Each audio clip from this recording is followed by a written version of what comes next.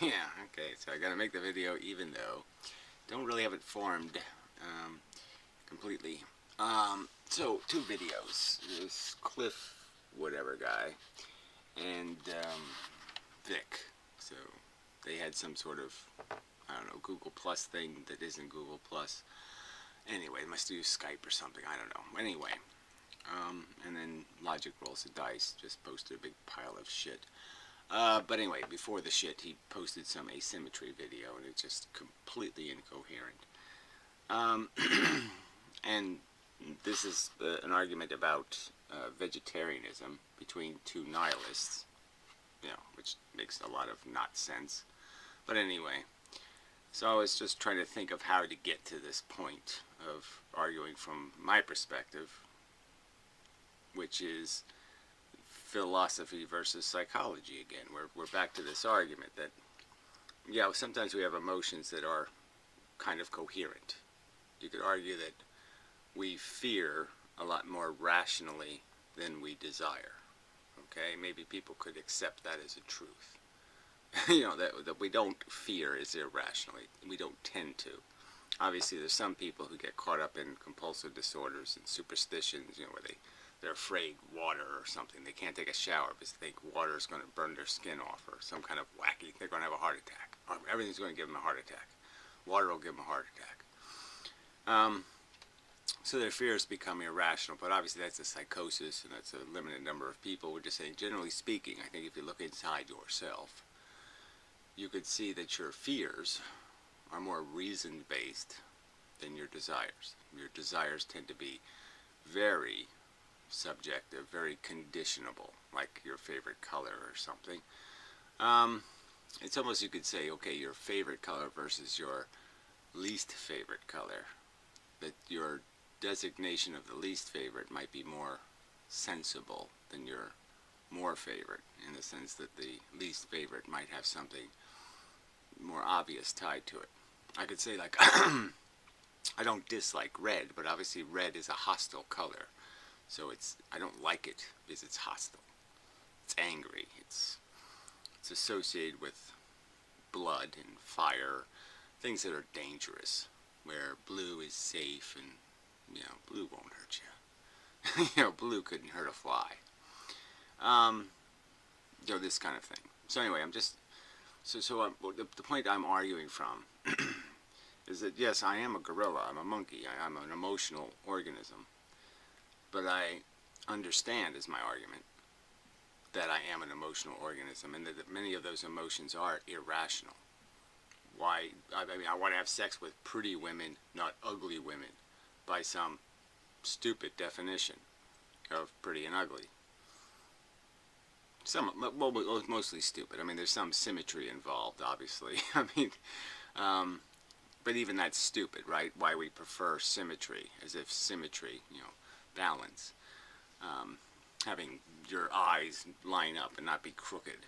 Obviously if somebody had crooked eyes, it'd be like, that's too fucking weird. Or lopsided, one tiny breast and one big giant breast or something. These kind of things would just be distractions to us. Our brain would reject them because they lack this symmetry thing that we tend to like. But it's not something we do for a principle or for some logical reason. We do them for reasons that have to do with our getting through our life in the world. That it was somehow necessary that this symmetry be, that it be appreciated and valued. So we value it emotionally, psychologically, physiologically. We recognize it as correct. And we recognize something not like that as broken or diseased or incorrect. It's probably associated with disease or something. This malformation issue. So that's psychology, though. and my argument is that, yes, we can't extract our psychology, but we can be aware of it. And so then when people use words like empathy, I say, well, this is a dangerous concept. Because for many people, their empathy has no philosophical component. It has nothing It has nothing above it that has what's the word, contextualized, or I know I want a better word, better than conditioned it, reconditioned it, to understand the bigotries built into it. And that's why you get idiots like, the meat eaters who love their dog. Okay, just the completely hypocritical crap that exists merely because of this fact that they think this empathy emotion is a reasoned emotion. It seems reasonable. Oh yeah, it seems reasonable that I would fear harm and suffering, and that it would emotionally affect me when I see it. But obviously it only emotionally affects you in this very bigoted, extremely prejudiced way.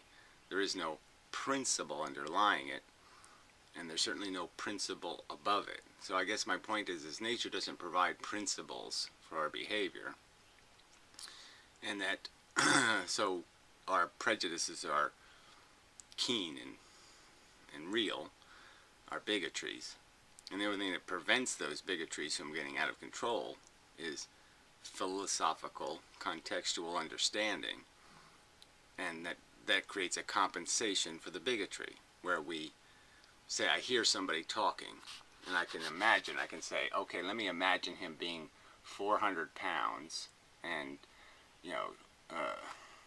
I don't know, drinking a beer, and, and would his words mean the same thing to me?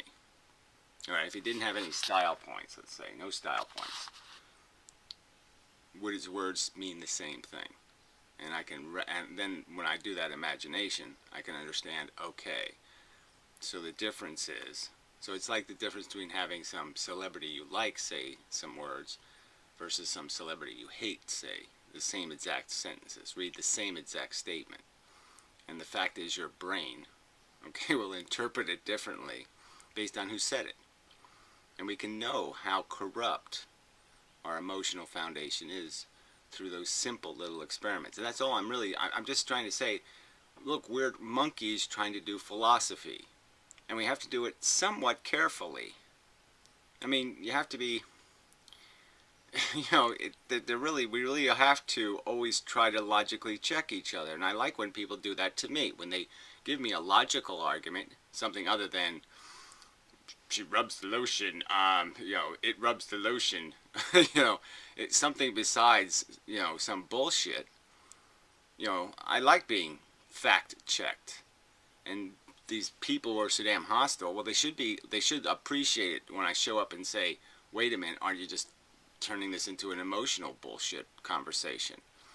So here you have these nihilists who are claiming some sort of logical empiricism. I'm being super logical, and yet they'll talk about, let's have conversations about empathy, and you're just like, what are you talking about? Your logic, your nihilistic logic bullshit says suffering is not an issue. It's really not a problem. You're just being fooled by brain configurations, and so it just really is kind of a funny joke that you're all emotionally hysterical about this shit when it's all nothing. And then we're supposed to know that knowledge, and then these assholes will sit there and argue with somebody about their emotions, and you're just like, what the fuck are you talking about?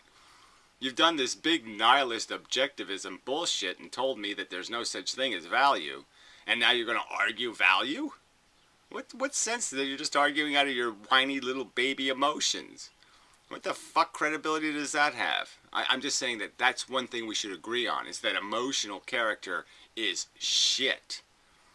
And that the only time you can use these words of empathy or something else is when, in a qualified sense, to say, yes, I have contextualized my empathy. My emotions now do have a fact checker sitting on top saying, wait a minute, you're being a bigot. You're only listening because she's cute.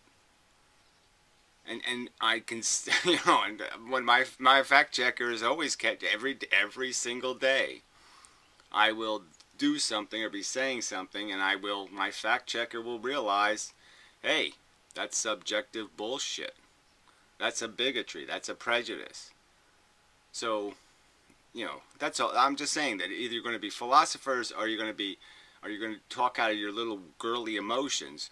But, you know, you got to make a distinction. You cannot combine the two things. That's toxic. It's not logical to use the resort to emotion as an argument. It's never logical to use the resort to emotion, I guess I would say. You know, I mean, it is the biggest fallacy, is that emotions have some sort of authority. They have authority in the fact that they move us, and they're the only thing that will move us. But they have no authority as an intellectual, factual argument. Alright.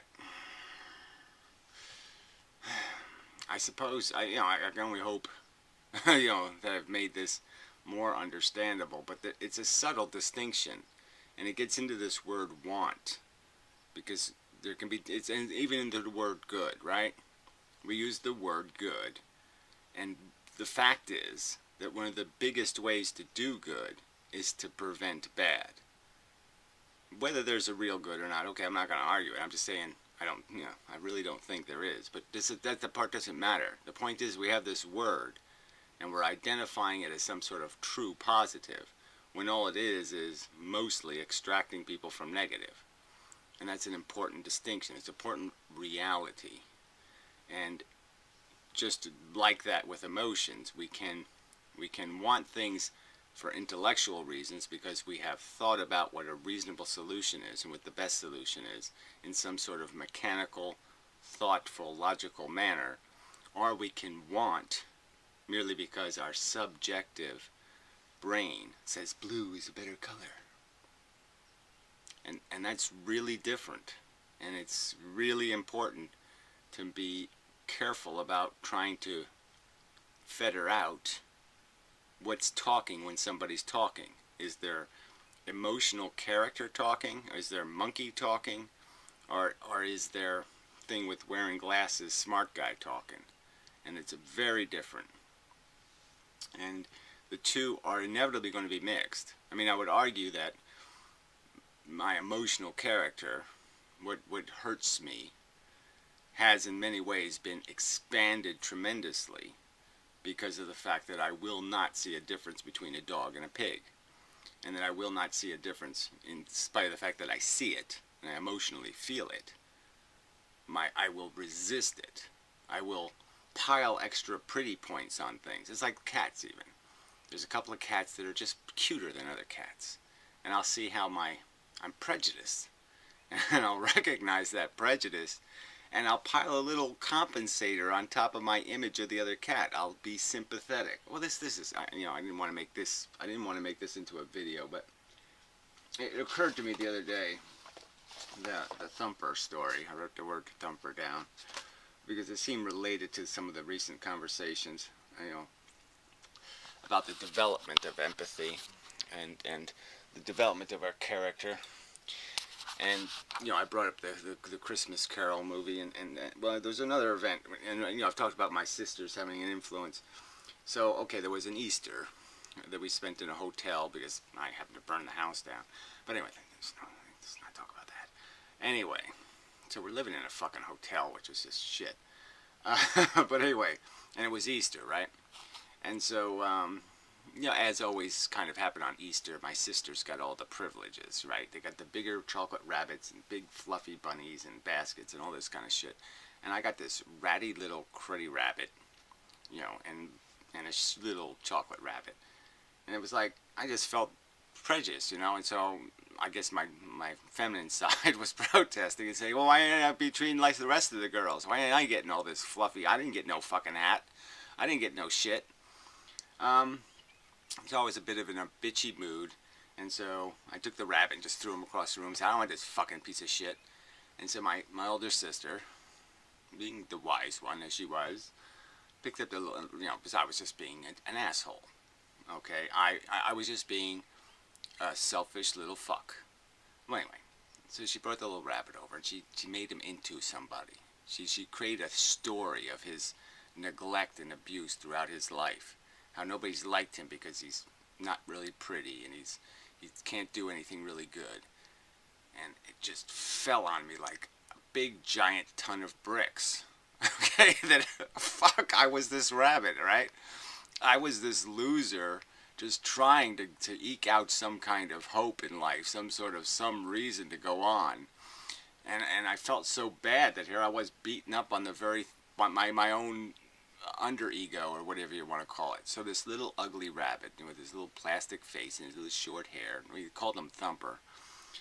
Well, anyway, she called him, you know, like from Bambi. I never saw Bambi then, but, you know, I knew who Thumper was just because Disney showed you clips from movies every now and then. But anyway,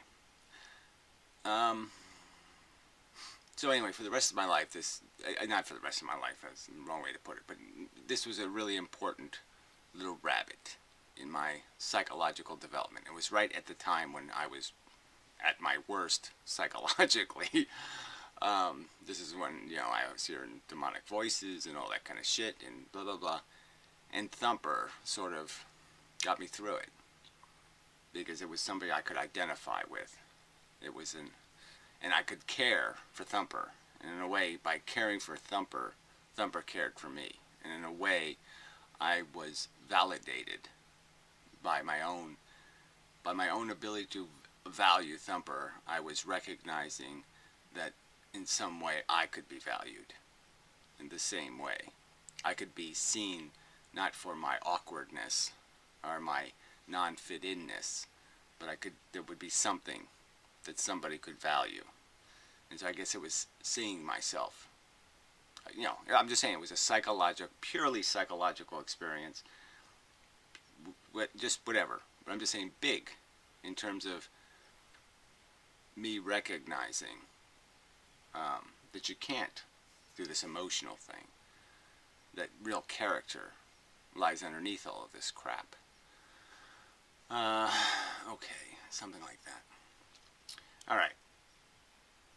And, you know, and you know, I gave the rabbit to somebody who meant a lot to me, and, you know, they died of old time. I mean, just, well, anyway, and I wasn't going to try to get my rabbit back. But, you know, it doesn't really matter. I mean, you know, it matters, but it doesn't matter. I mean, I don't know. You know, if I gave Laura away, jeez, you know, that wouldn't work at all. I mean, the weird thing is, I'm just saying that this is the power of our emotions. That this is the power of our personal attachments. It's really powerful crap. And it's a powerful bigotry. And that's the truth. And we have to understand. It's just a fact. You can't really have a logical conversation about how we're going to do philosophy unless one of the first philosophical tenets is be very, very careful about your emotional attachments and how much you let them prejudice your conversation. All right. And so in that context, I'm arguing with these nihilists who claim the value is not real and yet claim some value to just allowing the emotions to be the entire conversation. We should just talk about our oh, it gave me a bad feeling. And so now it matters because it gave me a bad feeling. It doesn't matter because it's bad. No, it matters because I have a bad feeling.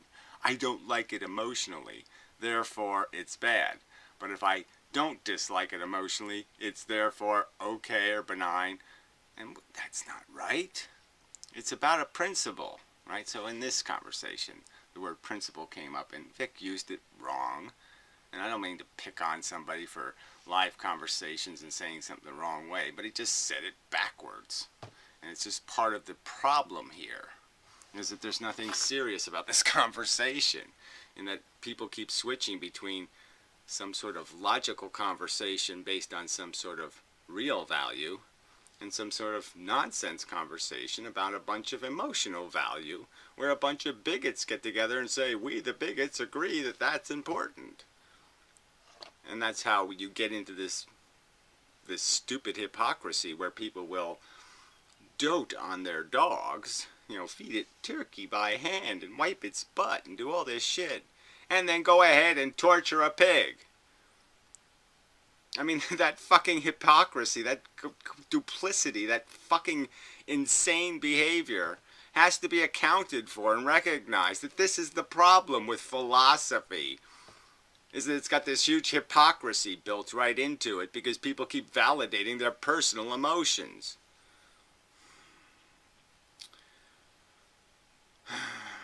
And like I said, the trap is impossible to escape, but it can be understood. And I guess that's all I'm trying to say is that you can't escape want.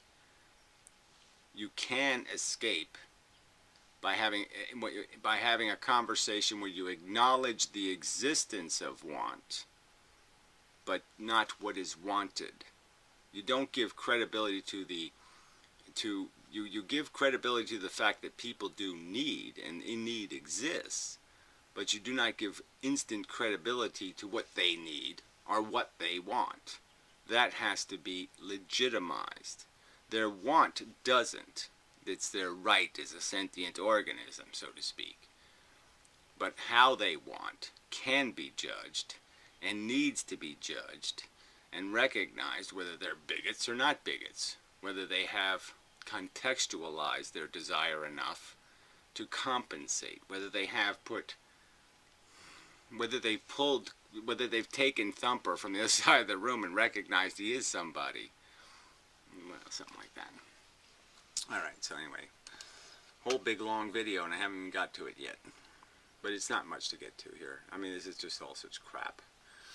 So anyway, we'll play a little bit of this. I'll talk a bit more about that later. I want to ask you this, really annoying. Maybe I'll do it for you. I have an interesting psychology experiment, and I can predict. Alright, so the sound is horrible, and the sync is off. I mean, I should have done Google+. More reasoning.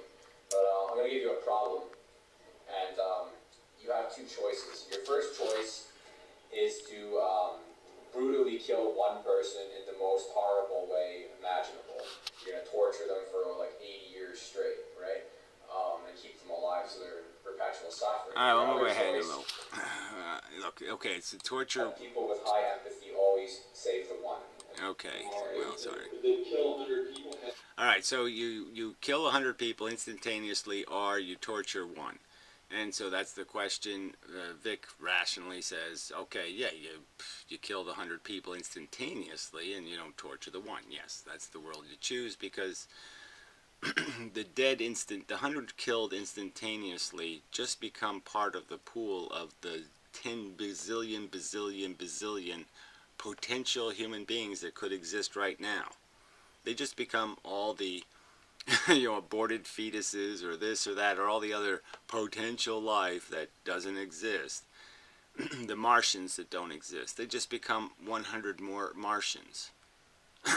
Potential Martians. And there's really no harm there. There's no harm happening on Mars because there's not 7 billion Martians. I guess 5 billion we'd say because it's a smaller planet. Nothing to cry about. Oh, the 5 billion Martians don't exist. Lament, lament. No. There's no need. So that's one of those emotional things where we're emotionally attached to this life thing, and we give it a meaning, okay, that it doesn't really deserve in and of itself. And the truth is we're all seeing our lives. I mean, I would argue that my life, frankly, is more important than the average person's life, just because I think I have more potential to answer more questions correctly and to create solutions to problems that will, in fact, prevent more suffering on Earth than most people's lives. I will leave the place better than I got it, would be my argument. I have more potential to do that than the average person. I would make that argument. And that's really the only thing that's meritorious about our life. You could argue that if he changed the scenario and said the one person, of the 100 that will be instantly evaporated, that one of them was going to make this huge contribution, cure cancer or something. And it would create this real benefit. Let's just say we didn't do it in a bad way, we did it in a good way, we cured it in a good way, where we just didn't die of some other crap. That would eliminate a ton of wasted suffering, and it would shorten the amount of time we spend dying and all that kind of crap. So there would be a real benefit. it would reduce the average stay in the nursing home, or something by half. So we spend 50% less time drooling on ourselves, miserable, spinning in circles and shit in the nursing home. That would be a huge benefit to sentient life on Earth. So if you change the scenario just by adding value to the life, because the life is necessary to other extraneous circumstances, then you can say, yes, okay, there's value in living. But that's the only value in living is the net equation. Will you bring to your life some sort of life worth living first, your personal life? Will you endure, a limited amount of suffering and have some sense of comfort? So even without first being, it's like we're back to the starving man and the desert thing again. It just really can't be played that way.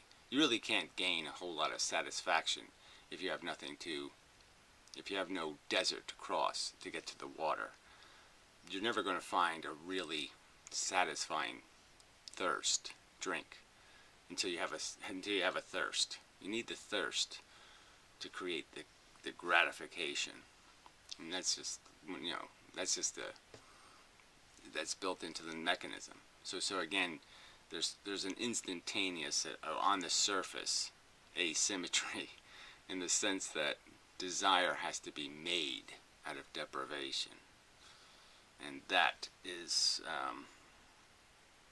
not good. All right. Oh, sorry, I forgot to add. Okay, instantaneously, they're evaporated. The bomb. Evaporate 100 people, because to me it's not about the quantity or longevity of life, it's the quality of life. Did you read it? Right, so he's put up save the one. So obviously he could have two pieces of ripped up pieces of paper sitting there, and he could have said, I guessed what you would say either way, right? So that wasn't much of a magic trick, fella. That's what makes him a little bit charming. It's just exactly how, he does all this style shit, and he writes this on like a piece of crappy paper he tore off. I mean, it's just, you have to laugh. It's a little funny. So anyway. So that's a very interesting thing, because I can tell you have a lot of empathy. There you go. I can tell you have a lot of empathy. So right there, you're just like, come on, but no, this isn't what it should be about, is whether you have the emotional response. What it should be about is whether you have the logical argument. And I'm just saying, to me, that's, it has to be what it's all about, is the logical argument. We're back to the pig and the dog example. If you're going to go based on emotion, even though I know emotionally, okay, intellectually, that these organisms are equal, I still don't feel it. You're never going to make me react the same to emotionally a pig and a dog. It just isn't going to happen. Just because I have these, this cultural and blah blah blah thing, Lassie kind of whatever syndrome. And dogs are going to have. I've had personal relationships with them, which I haven't had with pigs, and that's just the way it is. And I'm bigoted emotionally. So let's not talk about our emotions, please. I mean, let's have emotions. Let's not talk about them. And I noticed that people with high empathy always save the one, evaporate the 100. Again, so that's his conclusion, right? So this is how the philosophy gets all broken. This is a high empathy reaction, not a logical reaction. So you're giving the enemy ammunition when you rely on your emotional reaction as a justification for something. You're just giving them the ammunition to say, well, I noticed that you silly people who act on emotions, blah, blah, blah, blah, blah. It's just, I mean, to me, it's almost common sense, right? Because if I take out 100 people, right, I'm doing harm only in principle, right? I'm doing harm only in principle. No, you're doing harm exactly in the opposite. You're doing no harm in principle. So, in principle, there's no harm to people being instantaneously evaporated, because they just end up being like all the other non-existent things. Like everyone who's ever been dead, they end up like them. Everybody who was never born, they end up like them. They end up in nothing, which isn't a negative. So yet they aren't being harmed. And their deprivation is only as harsh as the deprivation you think is happening to the non-existent Martians. And again, I would argue that you haven't spent any of your life lamenting the vacuum on Mars, you know, complaining or feeling, oh my God, there's no dogs on Mars. There's no fish on Mars. There's no human beings on Mars. You haven't done that. You haven't been able to turn that into a bad in your own brain. So obviously these 100 people would just become another 100 Martians. Who cares? It doesn't matter. Living doesn't matter. It only becomes important once you're alive. So again, it is being alive that brings problems into the universe. Not being alive does not bring a problem into the universe. Being alive creates a problem in need of resolution. You have a comfort that now needs to be fed. Operate, it's not like they're being harmed anyway. Yeah, sure, they don't get to go on to live their life. They wouldn't even know about that. So again, Vic keeps using words like harm, suffering, pain. He uses these words and then he will claim they have no hard cognitive legitimacy, that they have no real merit as words, that they mean absolutely nothing in reality.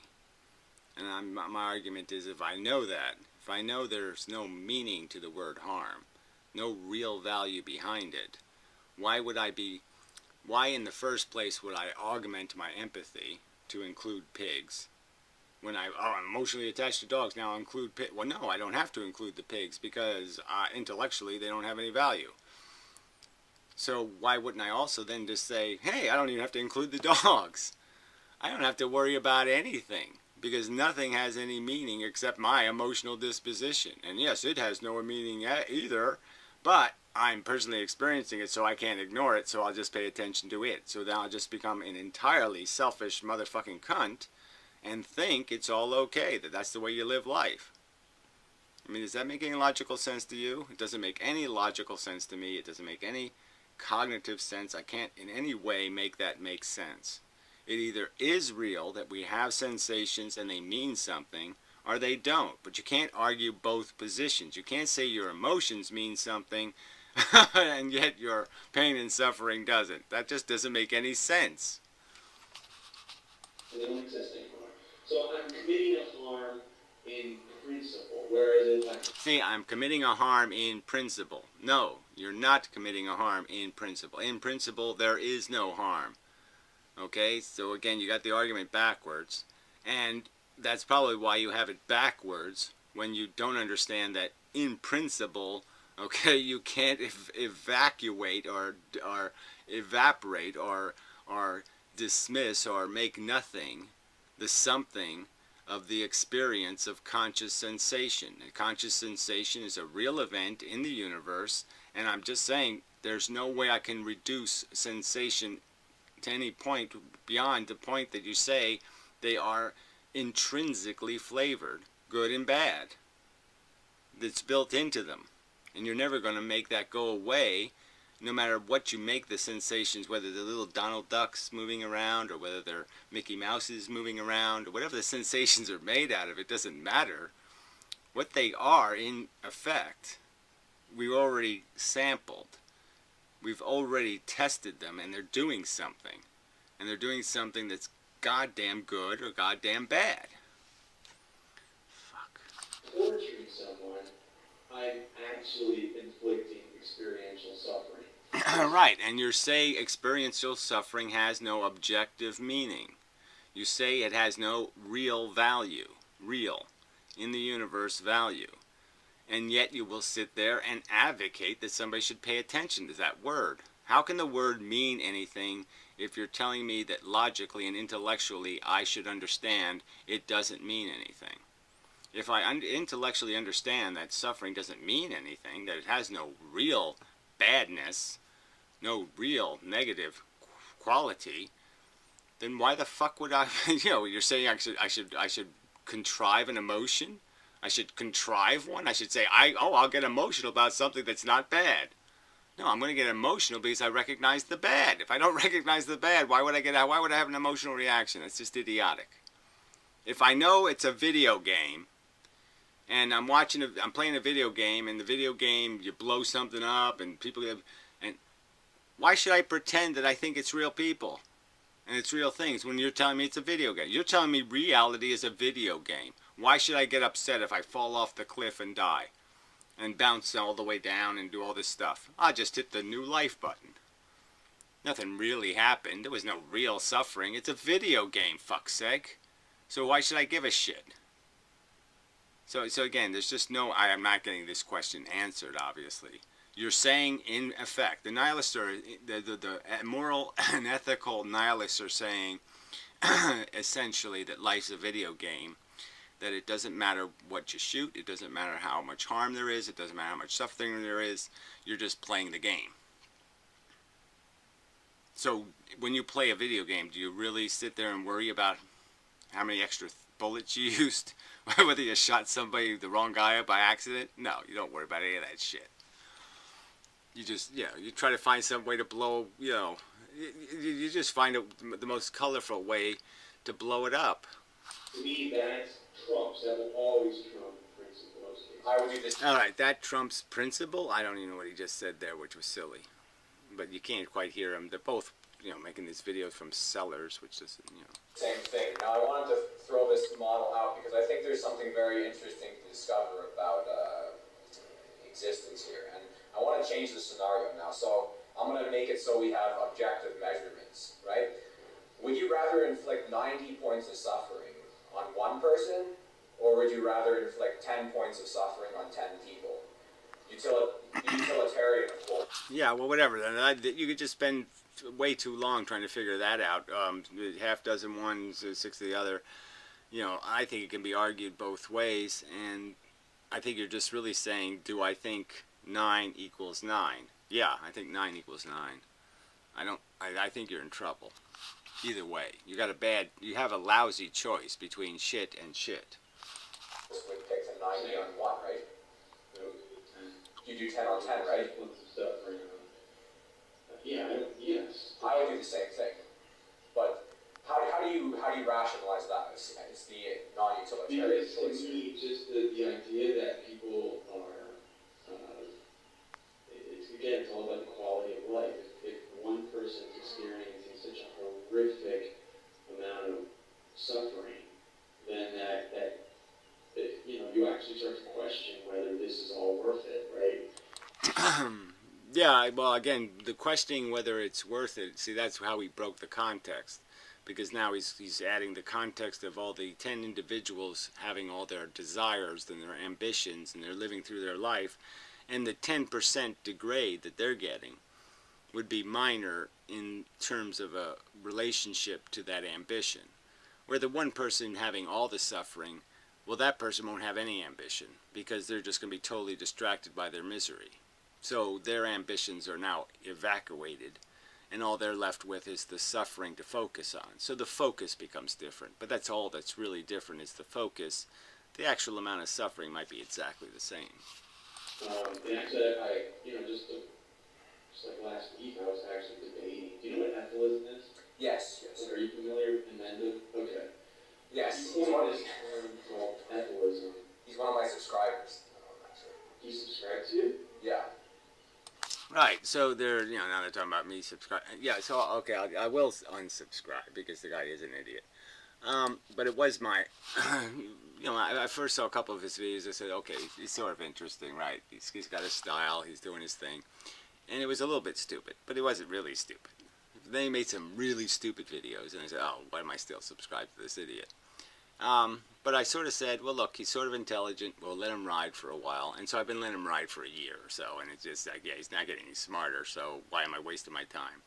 So, yeah. I just never got around to unsubscribing. I mean, he doesn't leave stupid comments in my videos. So, yeah, I've never gotten around to unsubscribing. Or you're subscribed to him? Both. Okay.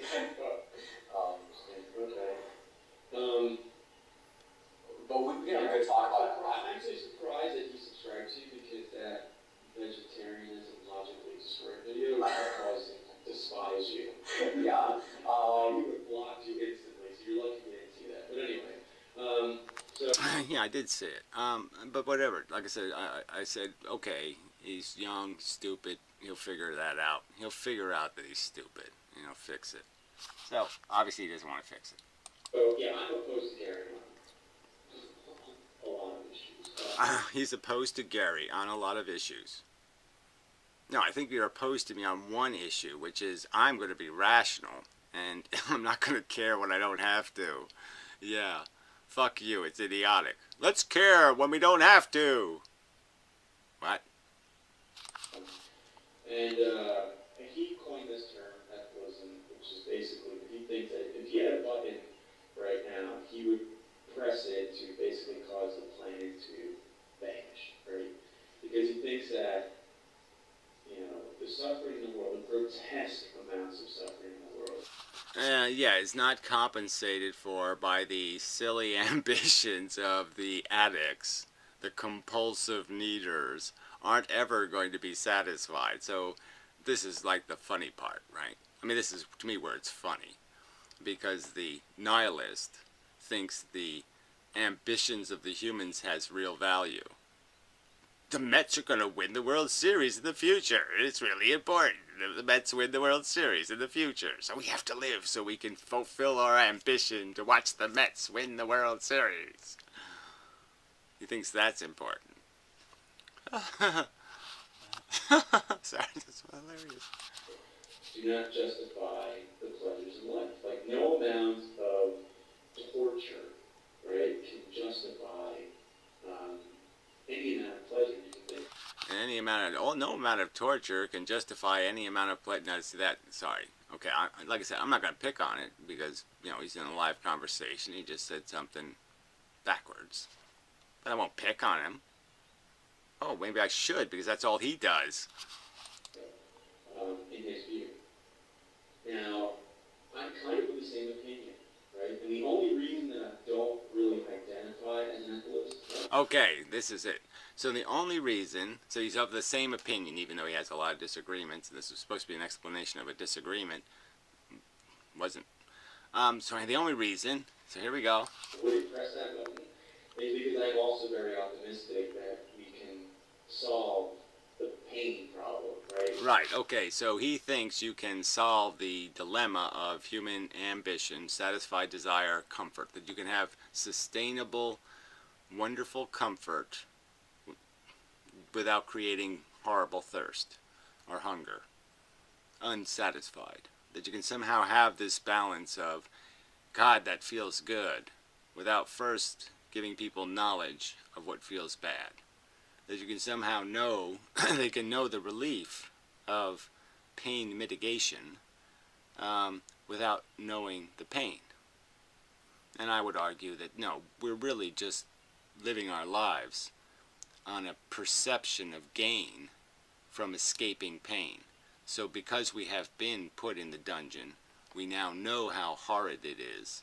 And now when we take a breath of air in freedom, we're grateful to the freedom. Because we understand how bad it was. But you have to make somebody understand how bad it is, and that's the trick of this thing. That's where even virtual reality for new life forms would be a little bit sadistic. Because even in a virtual reality, you'd have to first create the perception of the dungeon in their head. They'd have to have knowledge of the bad to have appreciation for the good. And putting that knowledge of the bad in their brain, that's the danger. That's where you've broken the game. So the dumb, ignorant, religious fucks at least got that sense right, maybe, because that might be what they meant by the knowledge, the apple, biting of the fruit.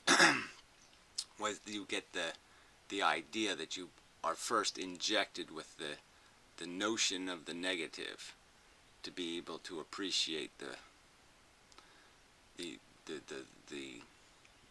freedom, the lack of limitation. being freed of it. So, but that's all, that's the psychology. That's how the psychology works, in my opinion.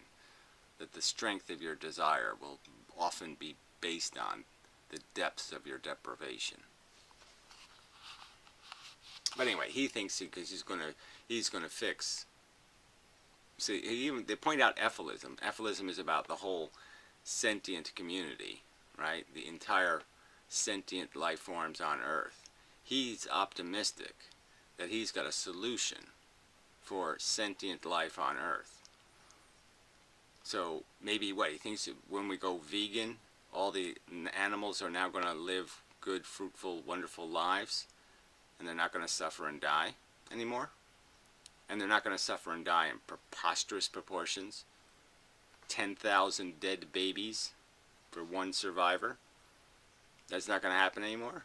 He's going to fix that. He's optimistic. He has a plan. Yeah, I would argue he doesn't have a plan for the human race. Anyway, let's play a little more. I guess I'm not going to get to logic rolls of dice because this is taking longer than I thought.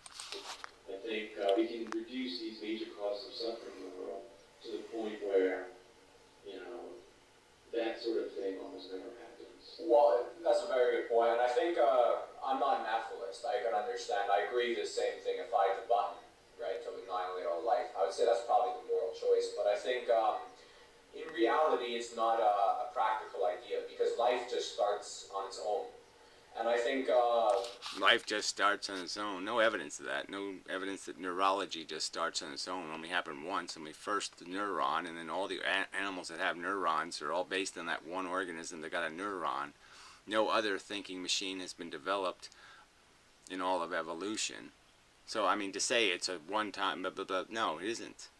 None of this is inevitable. None of this is certain. None of this is, oh, it's just going to happen because that's what it does. No, it doesn't do that. It does exactly the opposite.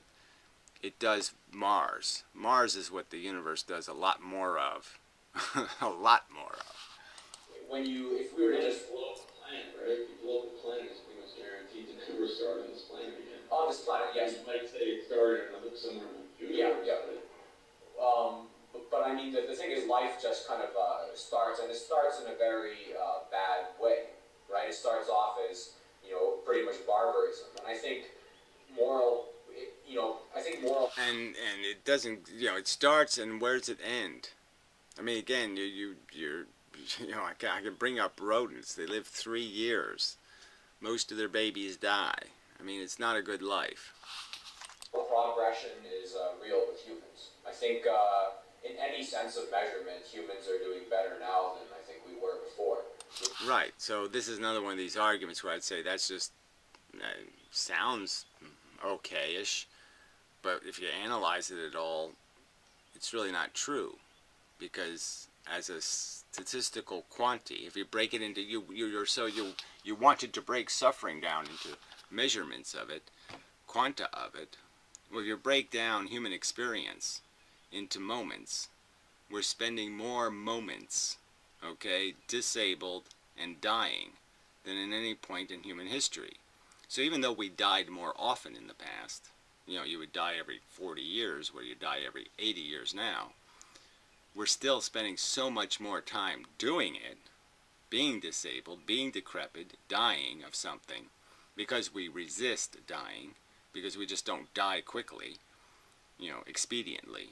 We die in this horrible medical assisted way of, let's drag it out for 10 years. So we spend 10 fucking years dying. And so in a sense, the total overall quality of our conscious moments, we spend more conscious quanta moments disabled and dying than at any point in human history. That's sad. So in that sense, we haven't made the game better. In a sense, we've made it worse. Yes, we've shortened. I mean, we've just dragged out suffering. Maybe made it less bad, but we dragged it out so much longer that you can't say it's better. You know, because it's so dragged out. And so it's like picking some way to die. I mean, some of them it's hard to make a judgment between one versus another. falling off a building, drowning. Okay, falling off a building is really quick. It's scarier for some reason. You know, being smashed on the ground. Water seems so much more inviting, but suffocating to death is going to take some time, so that's not very appealing. I'm just saying, I think you're comparing, I don't know, rotten buffalo hoof to rotten wildebeest hoof. I mean, it just seems to me, comparing the past to the present and saying we're winning, in a sense, is, I think, just stupid, because winning would be understanding there's no winning. You're just pursuing bullshit, and you're always going to pay a price to pursue it, so you're always going to just be losers. I mean, you've made the bullshit pile bigger, but you haven't made our ability to climb any better. Something like that. So, are doing better. In some parts of the world, you know, things are actually either just as bad as they were before, or they're actually getting worse. Right, so this is the guy who's optimistic. They're just as bad as they were before, or getting worse in some places of the world, but he has optimism.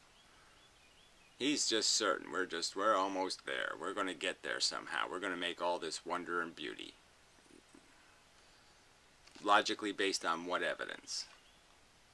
But I think maybe, perhaps in modern civilization, I would say that, yeah, things are probably getting better. Yeah.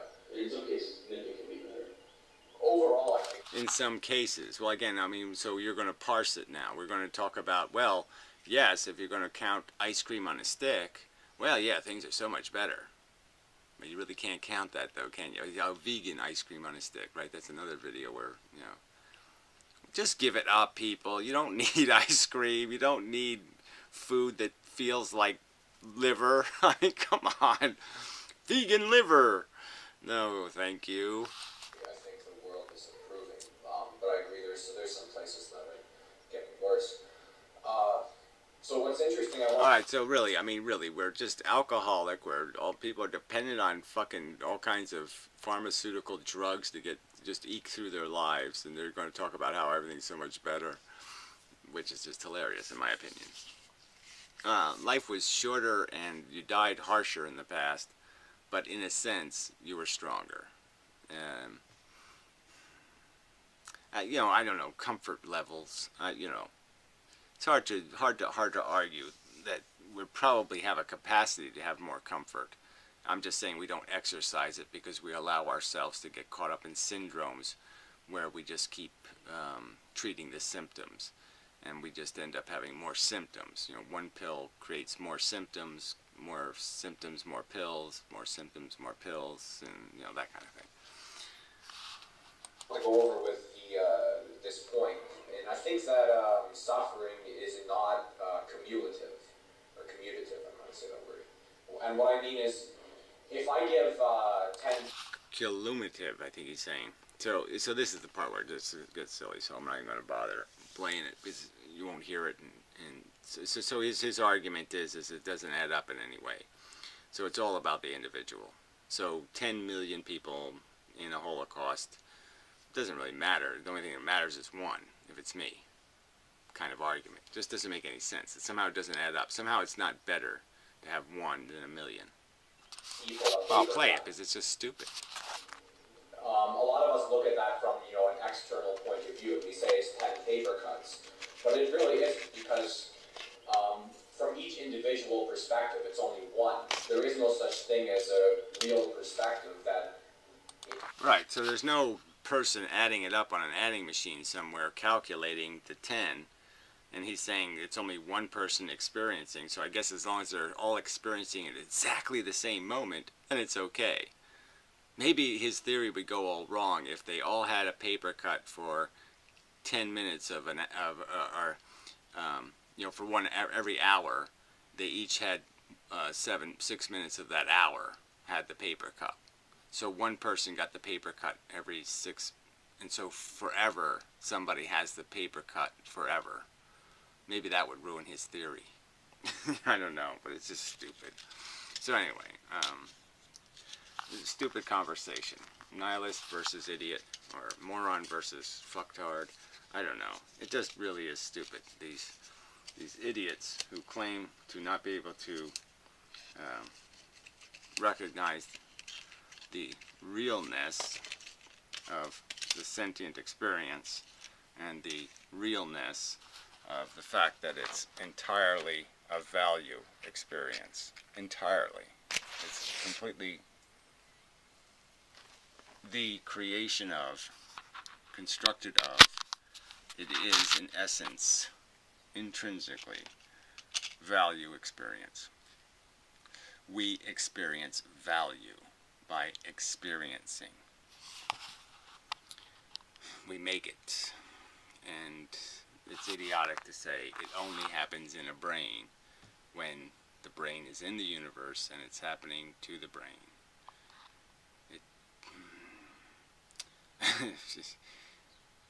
If it was a million dishwashers, you wouldn't say they're all washing the same dish. You just wouldn't. We're not washing the same dish. We're all dishwashers. We're all washing dishes. And the dishes add up. Alright, that's enough of a video. So I'll get back to the logic rolls of dice. I mean, I don't know. Maybe I shouldn't even bother. I mean, his video was just this incoherent rubbish. Now he's also saying maybe he's a compatibilist on free will. But just this whole, he did this stupid asymmetry argument, and it has nothing to do with the asymmetry of Benatar, because Benatar's asymmetry is completely dependent on there being a real bad. And so he created the real bad out of, you know, this whole ideal of you know, personal autonomy, somehow having value. But you'd have to be somehow denied your autonomy in the world you're creating. And there's absolutely no inevitability about denied autonomy, where there's inevitability about suffering, in the sense that you sort of have to have some pain for there to be a possibility of gain. And that's the problem with life. Whereas something stupid like personal autonomy, nothing but a contrived force that would want to stop you from having it would stop you from having it if there was no real negative in the world. And again, what would the negative be made out of? Being denied your autonomy would mean you'd have a negative emotion, which means you'd have a negative feeling. So we're again back to feelings. So you really can't separate the argument from the value of the feeling experience, because obviously your autonomy being violated could only be a bad thing if you felt bad about it. Having your autonomy violated when you don't care about your autonomy, or when you're not going to feel bad having it violated, somebody giving you a birthday present, right, and violating your autonomy because you didn't ask for it or something, it can only be a good or bad thing based on how you react. If you're not, I mean, you can't, you know, if I throw something at somebody and somebody doesn't notice I throw it at them, I didn't throw anything. I might as well have thrown nothing. It's just stupid to say. So it's completely dependent on their reaction. Autonomy has no inherent value. It clearly only has value because it could upset somebody to be denied their freedom. So again, he's playing with free will and determinism by saying, opening the door to this compatibilism shit, which is just, let me just pretend I have it. Absolute nonsense, rubbish, no logic involved at all. And there's absolutely no logic in comparing the asymmetry argument of Benatar when you haven't established what value, okay, that there's no value to autonomy. You don't just arbitrarily value it. Say, we're going to pretend it has real value, not just emotional value. And all it has is emotional value. It only has value if the person who you're violating autonomy in recognizes the violation, period, and has an negative emotional reaction.